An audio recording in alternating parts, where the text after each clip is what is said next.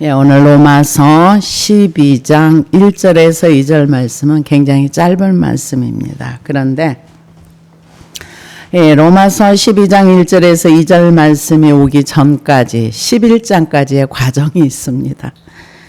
그러고 나서 그 과정이 어떤 과정이 있는가? 1장에 보면은 죄에 대한 목록이 나옵니다. 1장 28절에서 32절까지. 이러이러한 죄가 있어. 그런데 사람들이 그러한 죄를 알고도 자기들만 행할 뿐 아니라 죄를 짓는 사람은 다 옳다고 말해. 이렇게 1장을 얘기를 하고요. 그러면은 2장에 가서는 그럼 유대인은 어떠냐? 유대인은 그렇지 않냐? 아니야. 유대인도 다 똑같이 죄를 져.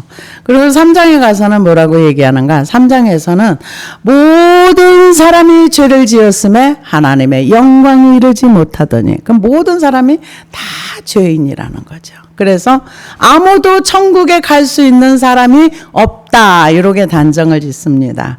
그러고 나서 3장과 4장은 그렇게 얘기를 하고 나서 5장에 가서는 뭐라고 얘기하는가? 5장에서는 인류에 두 사람이 있어. 하나는 아담이고 하나는 예수 그리스도야. 아담은 사람들을 모두 죽음 가운데 몰아넣는 죄의 대표적인 사람이 아담이야. 그러면은 제2의 아담 예수 그리스도는 누군가? 예수 그리스도를 믿고 인류의 죄를 위해서 제2의 아담으로 이 땅에 오셔서 인류의 모든 죄를 다 담당하셨어. 그럼 6장에 가서는요. 6장에서는 뭐라고 그러니까? 그런데 너희들이 죄인 되었기 때문에 죄를 십자가에 죽여야 돼. 그리고 7장에 가서는 뭐라고 하는가? 아, 죄를 죽이고 보니까 죄가 보이네? 근데 나는 죄를 안 짓고 싶어.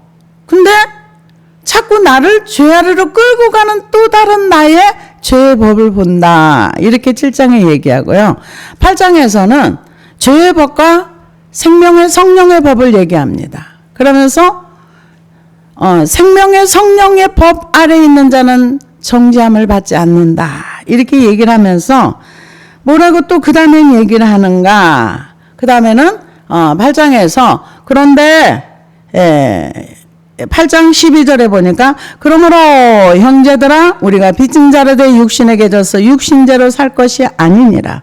너희가 육신대로 살면 반드시 죽을 것이로되 영으로서 몸의 행실을 죽이면 살리니 무릇 하나님의 영으로 인도함을 받는 사람은 곧 하나님의 아들이라.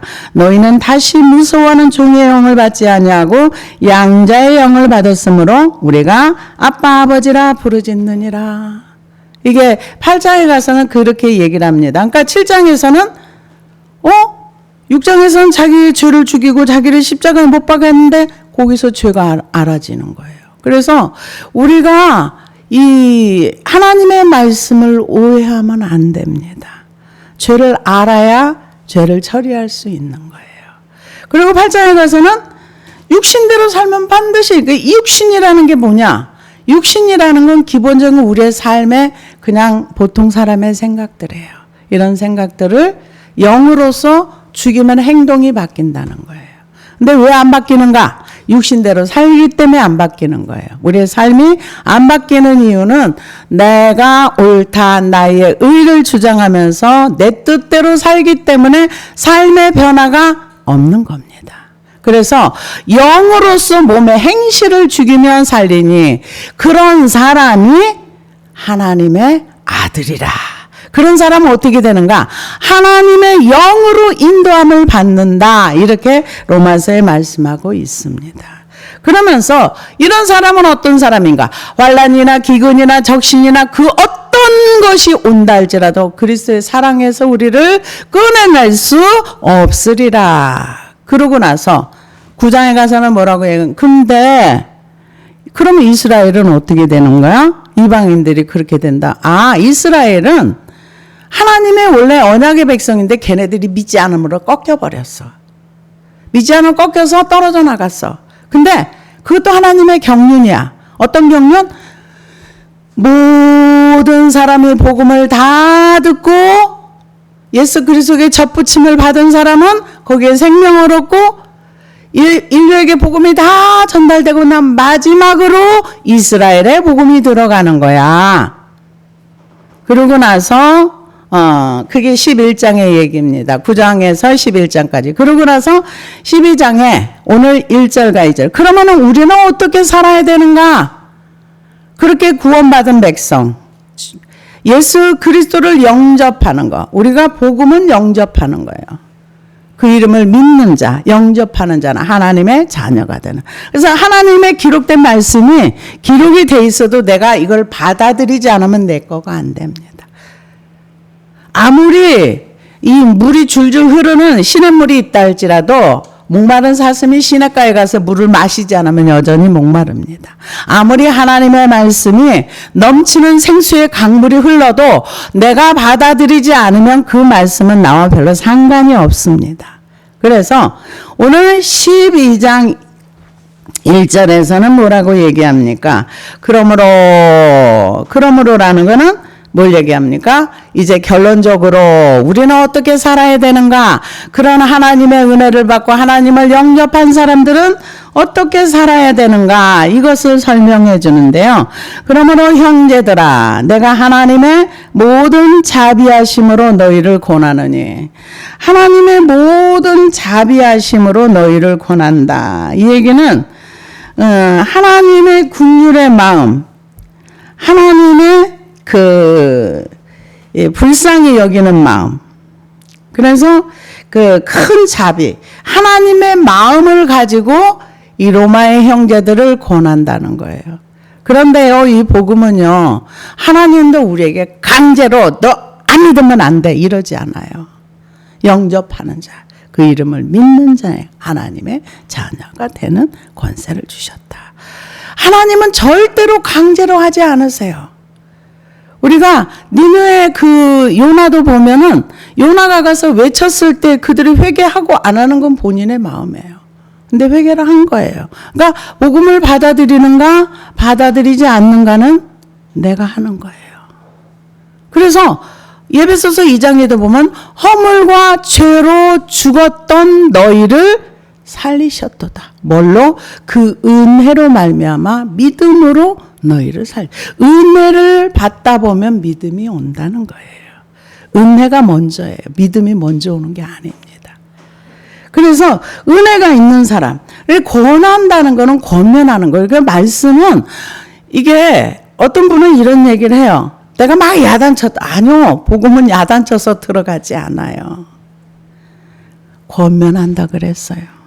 권면한다는 거는 헬라어로 파라칼로라는 단어를 쓰는데요. 이거는 간절히 원하다, 청하다, 애원하다. 그러니까 바울 선생님이 하나님의 그 긍휼의 마음을 가지고 성도들을 향해서 간절히 원한다는 거예요. 제발 이렇게 살아. 이렇게 살아야 돼. 권면하고 원한다는 거. 이게 누구의 마음인가? 아버지의 마음이라는 거죠. 하나님 아버지가 우리에게 복음을 거절하지 말고 받아들여서 영생을 얻어. 왜? 지옥은 갈 만한 곳이 아니야. 지옥은 절대 가면 안 돼. 너희는 내가 권하는 말을 잘 듣고 잘 받아들여서 나의 백성이 돼. 하나님이 애타는 마음입니다. 그래서 이게 권한다는 거는 굉장히 간절하고 간청한다.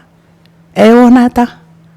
바울 선생이 뭐가 부족해가지고 성도들을 향해서 애원하고 간청을 하겠습니까?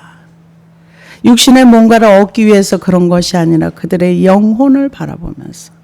왜요? 우리는 한 번밖에 못 살거든요. 저는 이렇게 바라보면서 가장 안타까운 게 뭔가 자신의 영혼에 대해서 무관심한 사람. 자기 자신의 영혼이 이 땅을 살고 나면은 2번 사는 사람 아무도 없거든요. 딱 한 번밖에 못 살아요. 그 복음성가에 있는 것처럼 우리가 몸으로 태어나. 내가 태어나고 싶어 태어난 거 아니거든요. 몸으로 태어나. 어떤 인 긴 인생, 어떤 인 짧은 인생. 그래서 저는 우리 아버지가 좀 일찍 돌아가셔서 그냥 아버지가 없는 거에 좀 많이 좀 슬펐었어요. 그랬는데 제가 아버지 나이대가 되니까 이렇게 젊을 때 돌아가셨구나 이 생각을 하니까 조금 이렇게 짧은 인생을 살다 가셨구나 이랬는데 어떤 사람은 더 짧은 인생, 어떤 사람은 긴 인생. 내가 길게 살고 싶다고 선택해서 사라지는 건 아니거든요. 어떤 인 짧은 인생. 그런데 결과물은 누가 책임지는가? 내가 살은 사람이 책임지는 거. 그래서 이 권면한다는 거예요. 누구를? 로마에 있는 성도들을. 그러면서 너희 몸을 하나님이 기뻐하시는 거룩한 산 제물로 드리라. 이게 몸을 드리라고 하니까 이게 좀 오해 소지가 있을 수 있는데요. 이게 몸이라는 거는 우리의 몸과 마음, 나중에 마음을 새롭게 변화를 받으라는데 몸을 드리라는 거는 무슨 얘기냐면은 옛날에 그 로마에는 유대인들이 양으로 제사하는 걸 많이 알고 있었대요.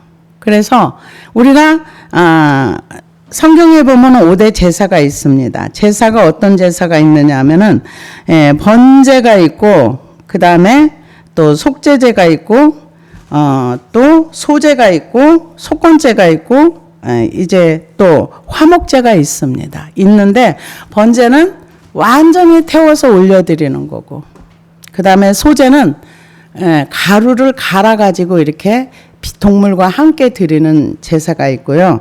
그 다음에 그 제사가 이제 그 다음에 속건제가 있는데요. 속건제는 이제 남에게 물질의 피해를 줬을 때 4배를 갚아야 되는 거.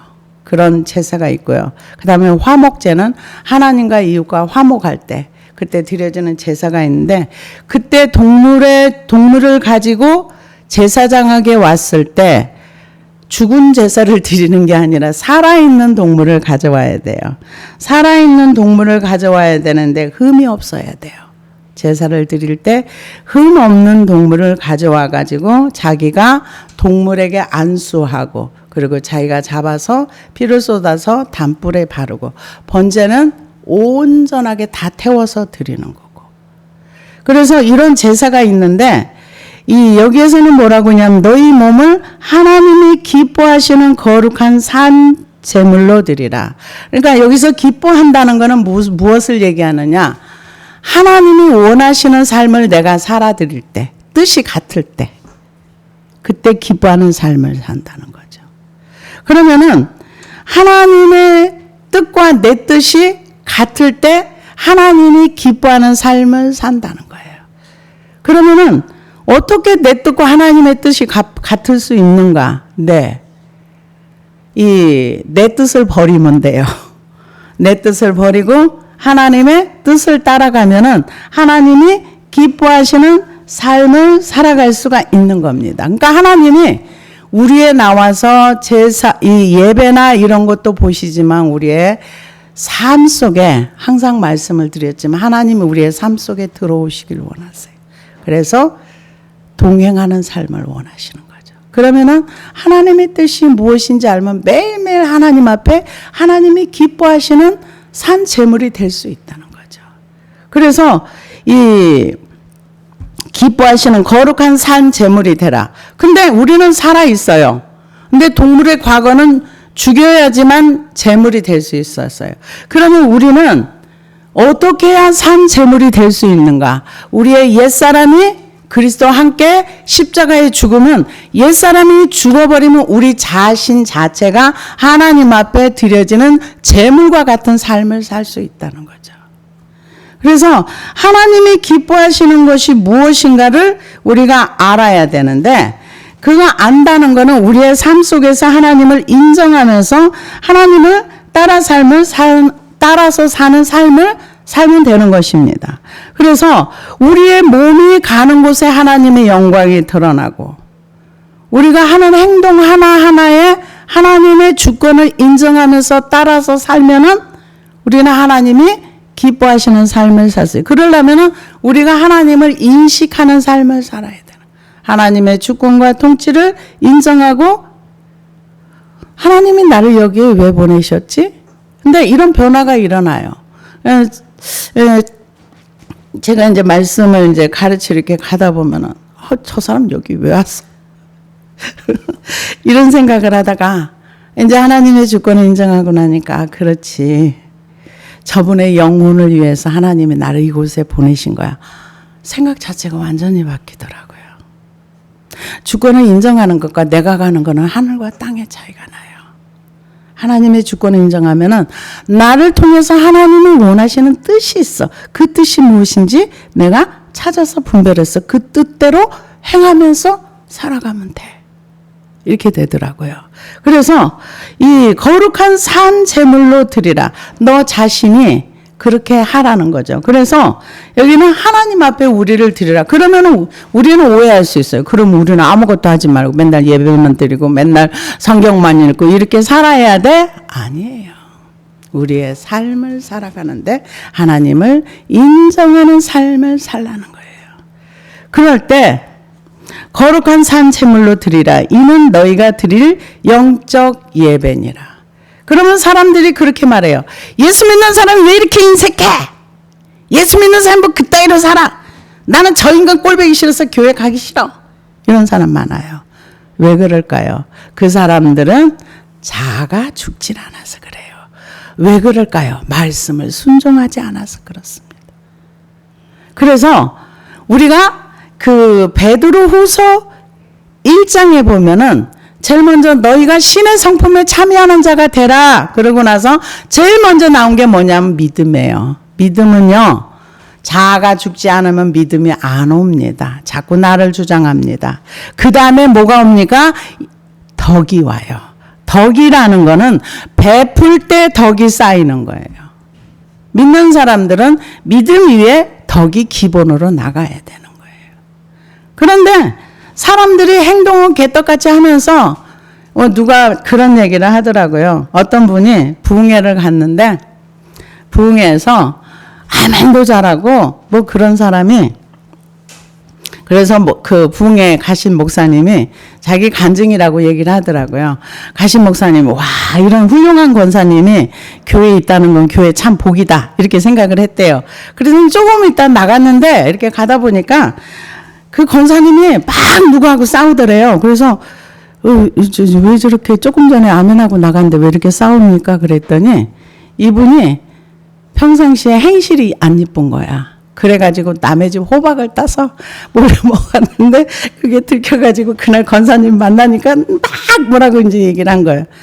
이거는요 믿는 자답지 않은 삶이에요. 이거는 하나님의 말씀에 순종하고 자기 자신을 거룩한 산 제물로 드리는 삶이 아닌 겁니다. 그래서 이걸로 인해서 교회들이 욕을 참 많이 먹습니다. 옛날에 저도 그랬어요. 야, 네가 가는 천국 난 안 가고 싶어. 왜? 너 행동을 보니까 나는 그런 천국 있으면 난 안 갈 거야. 저도 그런 말을 했던 사람 중에 하나예요. 그런데 그렇게 행동하는 사람들은 그렇게 행동하는 걸 잘 몰라요. 그래서 자기 자신이 하나님께 영광을 돌리는 삶을 사는지 아닌지 그걸 잘 모릅니다. 그러다 보니까 거룩한 산제물로 자기를 드려지는 삶이 쉽지 않다는 거죠. 그러면서 이 거룩한 산제물로 자신을 드린다는 것이 무엇인가? 우리는 성경을 통해서 보면은요, 아까 제가 5가지 제사를 얘기했는데요. 그 제사 중에서 여러 가지 제사가 있는데 아브라함 같은 경우는 삶에서 어떤 제사를 드렸냐? 화목의 제사를 드렸어요.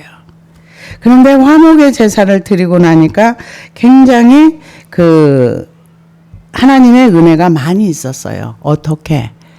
이 창세기 13장 5절에서 11절을 보니까 아브라함의 일행 롯도 양과 소와 장막에 있으므로 그 땅이 그들의 동거하기에 넉넉하지 못하였으니 이는 그들의 소유가 많아서 동거할 수 없음이었더라. 그러므로 아브라함의 가축의 목자와 롯의 가축의 목자가 서로 다투고 또 가나안 사람과 브리스 사람도 그 땅에 거주하였느니라. 아브라함이 롯에게 이르되 우리는 한 친족이라 너나 나나 내 목자나 내 목자나 서로 다투게 하지 말자. 내 앞에 온 땅이 있지 아니하냐? 나를 떠나가라. 내가 좌하면 나는 우하고 내가 우하면 나는 좌하리라. 이에 롯이 눈을 들어 요단 지역을 바라본즉 소알까지 온 땅에 물이 넉넉하니 여호와께서 소돔과 고모라를 멸하시기 전이었으므로 여호와의 동산 같고 애굽 땅과 같았더라. 그러므로 롯이 요단 온 지역을 택하고 동으로 옮기니 그들이 서로 떠나니라.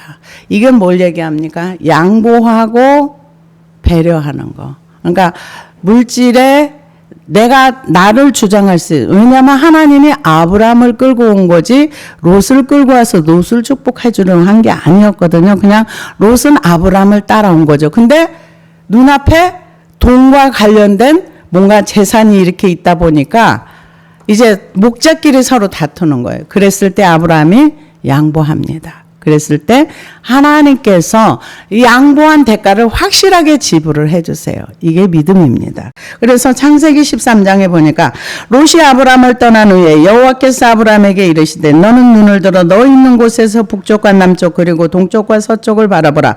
보이는 땅을 내가 너와 내 자손에게 주리니 영원히 이르리라. 내가 내 자손의 땅을 티끌 같게 하리니 사람의 땅이 티끌을 능히 셀 수 있을진데 내 자손도 세리라. 너는 일어나 그 땅을 종과 형으로 두루 다녀보라. 내가 그것을 내게 주리라. 양보했기 때문에. 만약에 아브라함이 자기 권리를 주장했더라면 이런 일이 없죠. 그리고 롯과 끝났겠죠. 그 롯을 위해서 중보기도 할 수도 없었고요. 왜? 마음이 상했으니까. 그런데 양보하고 그를 받아들이고 그를 용납하고 품어줬을 때 하나님이 책임져 준다는 거. 이게 산 재물의 거룩한 삶이라는 거죠. 그 다음에 보면은 번제를 온전히 드린 사람이 있어요. 번제를 온전히 드린 사람이 누군가? 사도 바울 선생입니다. 그래서 고린도후서 6장 4절에서 10절을 보니까 오직 모든 일에 하나님의 일꾼으로 자천하여 많이 견디는 것과 환난과 궁핍과 가난과 매맞음과 갇힘과 난동과 수고로움과 자지 못함과 먹지 못한 가운데서 깨끗함과 지식과 오래 참음과 자비함과 성령의 감화와 거짓이 없는 사랑과 진리의 말씀과 하나님의 능력으로 의의 무게를 좌우에 가지고 영광과 욕됨으로 그러했으며 악한 이름과 아름다운 이름으로 그러했느니라. 우리는 속이는 자 같으나 참되고 무명한 자 같으나 유명한 자여 죽은 자 같으나 보라 우리가 살아있고 징계를 받은 자 같으나 죽임을 당하지 아니하고 근심하는 자 같으나 항상 기뻐하고 가난한 자 같으나 많은 사람 부유하고 아무것도 없는 자 같으나 모든 것을 가진 자로다. 번제에 자신을 드리는 삶. 번제는 온전히 태워드리는 건데 이런 삶이 어떤 삶인가? 하나님 앞에 드려지는 거룩한 영적인 예배자의 삶이라는 겁니다. 그래서 삶의 예배를 드리는 건데 내가 나를 주장하면은요 절대 손해보면 안 돼요. 절대 내가 조금이라도 뭔가 이렇게 부족하면 안 돼. 다른 사람 걸 뺏어서라도 내 걸 채워야 되는 거예요. 그런데 이 속건죄는 내가 뭐를 했을 때 내 배를 갚아야 되는 거. 그런데 갚으라고 안 했는데 하나님 나라는 다 자원하는 사람. 아브라함도 하나님 앞에 자신을 포기하고 롯에게 양보했고 이 바울 선생도 누가 이렇게 살라 그러면 절대 안 살아요. 누가 이렇게 삽니까? 절대 살지 않아. 그런데 하나님 나라는 다 자원하는 삶이에요. 바울 선생님도 자원해서 자신을 드리고 자신이 희생하고 섬기고 이렇게 살았던 그 대신 수많은 영혼들이 구원받았지요. 그러고 나서 속건죄의 삶을 산 사람은 누군가? 누가복음 19장 5절에서 보니까 예수께서 그곳에 이르사 쳐다보시고 이르시되 삭개오야 내려오라. 내가 오늘 내 집에 유하여야 하겠다 하시니 급히 내려와 즐거워 영접하거늘 무사람이 보고 수군거려 이르되 저가 죄인의 집에 유하러 갔도다 하더라. 삭개오가 서서 주께 여짜오되 주여 보시옵소서 내 소유의 절반을 가난한 자들에게 주겠사오니 만일 누구의 것을 속여 빼앗은 일이 있으면 내 갑절이나 갖겠나이다. 예수께서 이르시되 오늘 구원이 이 집에 이르렀으니 이 사람도 아브라함의 자손이로다. 인자가 온 것은 잃어버린 자를 찾아 구원하려 함이로라. 이 사람은 속건죄의 재물 구원받고 나니까 나도 모르게 다른 사람에게 빼앗은 것이 있으면 내가 내 절반을 주고 또 갑절이나 갖고 이렇게 하겠습니다. 하나님 나라는 강제로 너는 이렇게 하니까 이렇게 해야 돼 이거보다는 구원받고 나니까 내가 이렇게 살아야 되겠구나. 근데 범죄하고 나면 강제로 이런 속건죄를 드리게 돼 있어요. 강제로. 누굽니까? 다윗입니다. 다윗은 우리아 한 사람 죽였거든요. 근데 자기 자식이 4명이 죽었어요. 근데 다윗이 자기를 심판하죠. 우리는 자기 입에서 나가는 말이 자기의 심판이 됩니다. 뭐라 그래요? 그 사람을 당장 죽여라. 그리고 4배나 갚아야 되리라. 그러니까 나단이 너야 그랬을 때 그 자리에 엎드려서 용서해달라 그러고.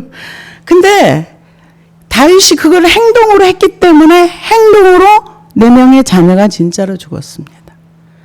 그리고 왕위를 이용해서 죽였기 때문에 왕위가 그만큼 고통을 당했습니다. 쫓겨나는 결과가 왔어요. 왜? 권력을 이용해서 부하를 죽였기 때문에. 행동으로 한 것과 그냥 생각으로 지은 건, 생각으로 지었던 건 그냥 회개하면 끝나요. 근데 행동으로 한 거는 결과물이 나옵니다. 그래서 다윗은 원하진 않지만 속건죄의 제물을 드린 결과가 되었고, 그리고 또 다윗이 속죄제의 제사를 드렸지요. 그 후로 얼마나 회개했습니까? 침상이 떠나가도록 울면서 하나님 앞에 회개했던 것을 우리는 알고 있습니다. 그래서 이 우리의 삶의 제사라는 게 먼 나라 이웃 나라가 아니라 실제로 이러한 삶을 살아냈던 사람들이 성경에 기록된 것이 거룩한 삶이라는 거예요. 거룩한 삶. 그래서 이 영적 예배를 드리고 살았던 거죠. 구약의 성도나 신약의 성도들이. 그러면서 너희는 이 세대를 본받지 말고, 이 세대를 왜 본받지 말라고 했습니까? 이 세대는 하나님을 섬기기에 굉장히 어려운 세대입니다. 이 세대는 하나님을 인정하지 않는 세대입니다. 그래서 세대를 본받지 말라. 그래서 예배소서 4장에 보니까 17절에 보니까 이 세대를 본받지 말라. 여기도 똑같이 얘기를 했고요. 또 뭐라고 말했냐면은 옛사람과 그 유혹의 욕심을 따라 썩어져가는 구습을 벗어버리고 완전히 새로운 삶의 방식으로 살아라. 그래서 이 세대를 본받지 말고, 본받다는 단어는요, 시스케마티조라는 단어를 쓰는데 행동, 품행, 외형, 모양 이런 것을 이 시대가 흘러가는 형태에 우리가 똑같이 이 문화 속에 몰입하지 말라는 거죠. 몰입하지 말고 마음을 새롭게 함으로 변화를 받아. 이게 생각과 이해를 새롭게 하라는 겁니다.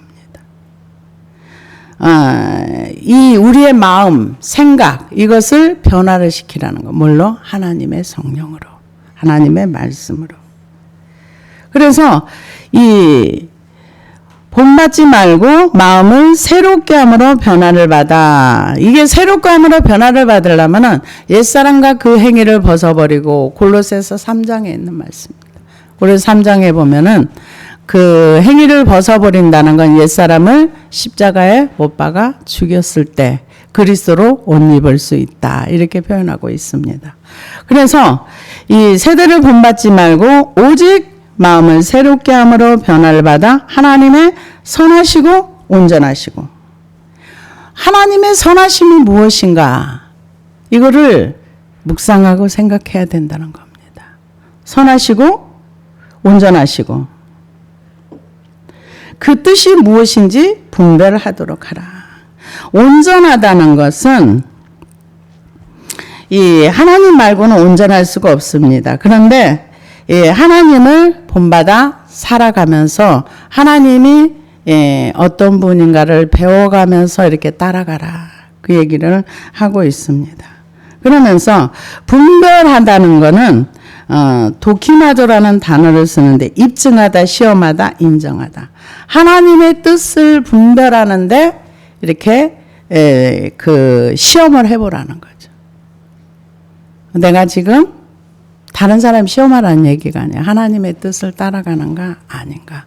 근데 요즘 잘못된 그 악한 영들이 너무 많이 일을 하더라고요. 너무 많이 일을 해서 우리가 기록된 말씀을 잘 분별하고 말씀에 기록되지 않은 것들을 내게 들려줄 때 따라가지 말아야 되는 거예요. 이게 분별하는 거예요. 하나님의 뜻이 무엇인지 분별하고 깨닫고 거기에 미혹되지 말라. 그래서 우리가 사람을 분별할 때 뭘로 분별하는가? 마태복음을 보라 그랬어요. 열매로. 그 사람의 삶의 행동이 어떤가? 어떤 분이 오늘 제가 잠깐 들었는데 이런 얘기를 하더라고요. 뭐라고 얘기했냐면은 우리는 예수 그리스도를 믿음으로 죄가 완전히 사라진 의인이라는 거예요. 그러면서 하는 얘기가 뭐라 그러냐. 혈류증을 앓았던 여인이 많은 의사들에게 가서 많은 괴로움을 받았는데 예수님 만나고 한 방에 혈류증이 낫다. 그런 것처럼 너희가 죄인이라고 말하는 사람은 그 의사와 같이 다 가짜 목사들이다. 이렇게 표현하더라고요. 근데 여러분 이런 말에 절대 속으시면 안 됩니다. 병은 예수님을 만나면 한 방에 치료될 수 있어요. 죄는요, 내가 인정을 해야, 이게 죄구나. 이거를 인정하고 예수님 앞에 가지고 나가야 그게 해결이 돼요. 그러면은 믿음 없는 사람이 아니라 믿음 있는 사람이 되는 거예요. 믿음은 어떻게 되는가? 믿음은 실상에 나오게 되어 있어요. 진짜로 내가 하나님을 믿으면 믿음의 역사가 나의 삶에서 나오는 거예요. 근데 왜 안 나오는가? 안 믿으니까. 그래서 성령이 우리 안에 임하시면 죄에 대하여, 의에 대하여, 심판에 대하여 우리에게 가르쳐 준다 그랬어요.